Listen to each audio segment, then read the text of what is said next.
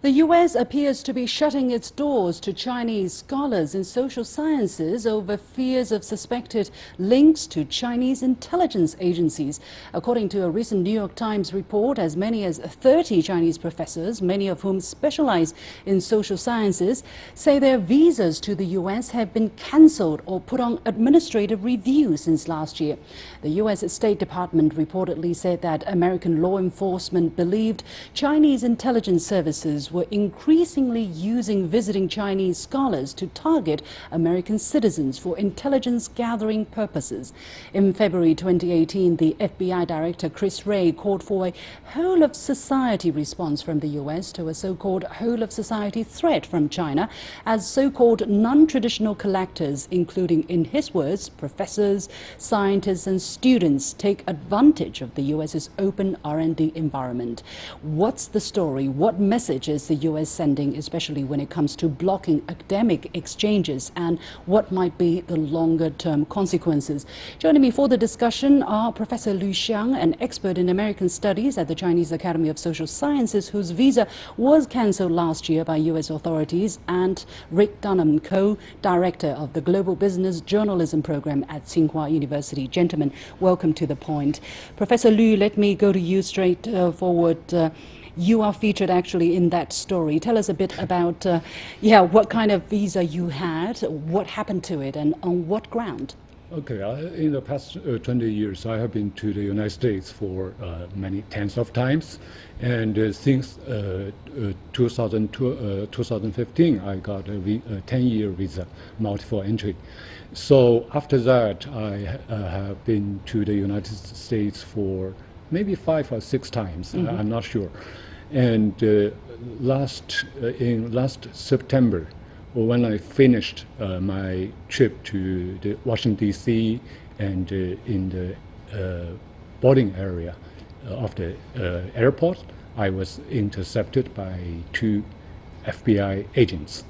Okay, so maybe we can talk to that about that later. But and I just say the next month in October, I went to Washington D.C. again, Washington D.C. and Virginia, and after that trip, maybe 15 days later, I got a phone call from the U.S. Embassy in Beijing saying that my 10-year visa was revoked without a reason. I asked why. What's the criteria for you to revoke my visa? They said, okay, you are just not qualified for such a 10-year visa. Okay. So that's the story.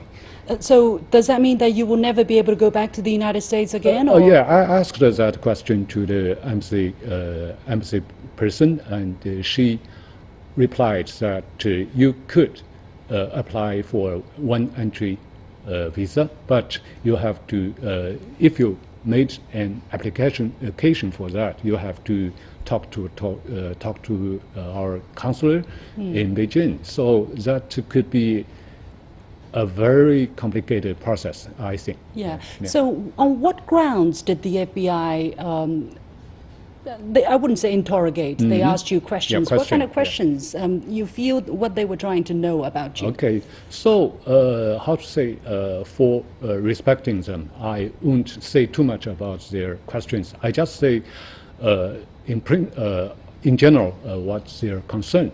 I think my impression is that the FBI's concern was that first, you Chinese scholars coming from Beijing to Washington D.C., you may want to penetrate to our government, to White House, to Pentagon, to influence them.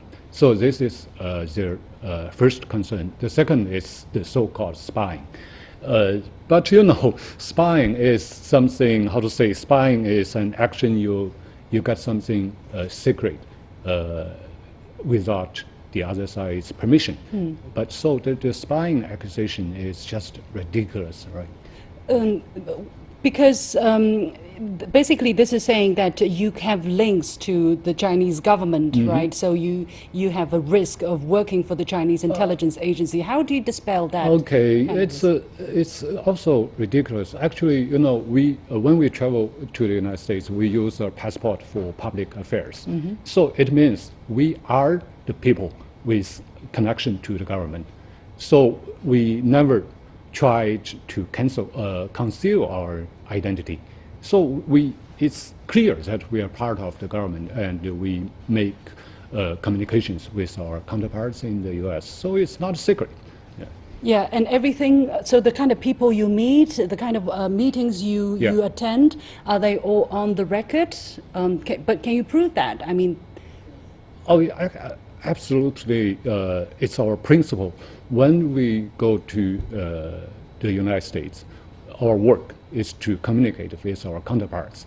I mean, the think tankers, the professors of the our principle is that we would never connect with the non-stream, the peripheral people, because we don't want to make any trouble in the United States. It's not like some American scholars in China. They want to be connected with some non-mainstream people. But for us, the paramount work is to work with, to talk with these, the mainstream scholars. Yeah. To find out about the United States, yes, to understand the United I think States. they are important for us to learn what's going on in the United States. Yeah, what's the intention of the U.S. government? Yeah. So that's important. How many people in the Chinese Academy of Social Sciences have been affected? Is there an idea? I'm not sure. I think it may be 1 or 2 dozens. Yeah, I'm not sure. Yeah, I don't see a number of that. Yeah. Yeah, there's probably not an official tally, but you also talked about there is the fear of you trying to influence, trying to penetrate the U.S. government or the U.S. public. Is that why social sciences scholars are particularly targeted in this? Yeah, apparently it is. It is the case, but I think there are some other reasons for the nervousness of the FBI. I think FBI is in a kind of whirlpool, in political whirlpool now. Yeah, the FBI was involved in some kind of investigations into the president. So they want to make some actions against Chinese scholars, so they can divert people's attention away from that kind of, you can say, scandals or something else. So Rick, have you witnessed this kind of, is this something concerning to you? Have you heard about other similar stories or people you know that have experienced similar experiences, and what does that account for you? Well, this is a new phenomenon. I have heard of these cases with Chinese academics. I think we have to break it into several pieces. One is the social scientists, and my fear is that this is sort of a guilty until proven innocent. Nobody has been accused of anything.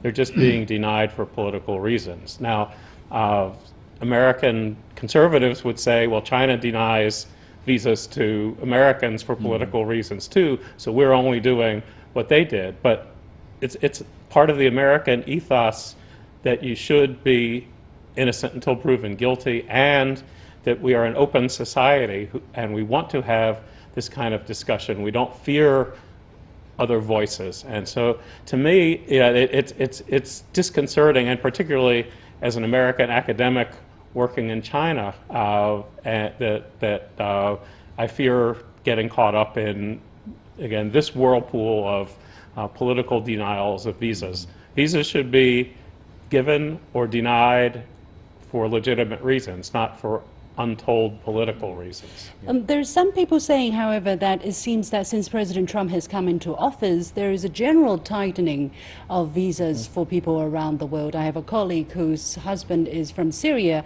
who had a 10-year visa, and that has been revoked. So is that Chinese scholar specific, or is that a general phenomenon we're observing, Rick? It's a general phenomenon with tightening of visas, of giving fewer visas, whether it's for students, visitors, scholars. But Chinese are being particularly focused on because of the sensitivity of some scientific information and allegations of theft of intellectual property. So it's an overall crackdown, but China, particularly students entering the sciences, high technology areas, and academics. Professor Lyu, how does this incident affect you, both your research work, Yes. your feelings toward that country, because you have been studying the United States for a long time? Yeah. Actually, there are some impacts on my research work, but you know, we are professional researchers, so in whatever circumstances we need to work. Actually, for me, my personal feeling is that even if I am not allowed to go to the United States, we still have a way to make our research. And the how to say, the manner of the FBI agents, how they ask questions, how they behave. Okay, these kind of things are all can be the objects of our study. So from the denial of our visas, it's just it's also represent represent a trend. Yeah, a political trend. How would you describe this trend then? How serious is it? Yeah, you are part of what you study this time. Okay. Yeah. Okay. The trend is that you know, if you want, if you allow me to be frank, Please. I just want to say, okay, the U.S. politics is a mess now.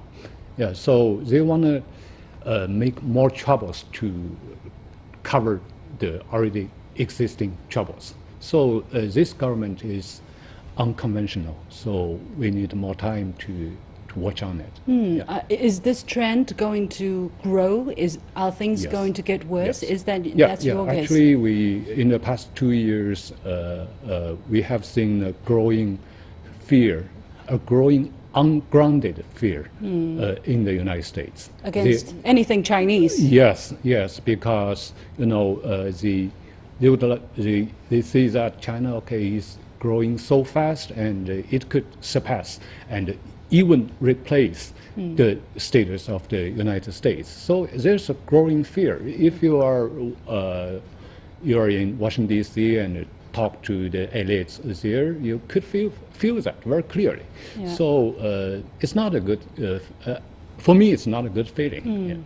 Rick, would you agree that this is going to be relatively long-term trend or beginning of something? And then what are the factors behind it? I have a slightly different perspective on this. I think it is here as long as Donald Trump is president. So I think the next year and a half, we're just going to have to buckle out our seatbelts and be ready.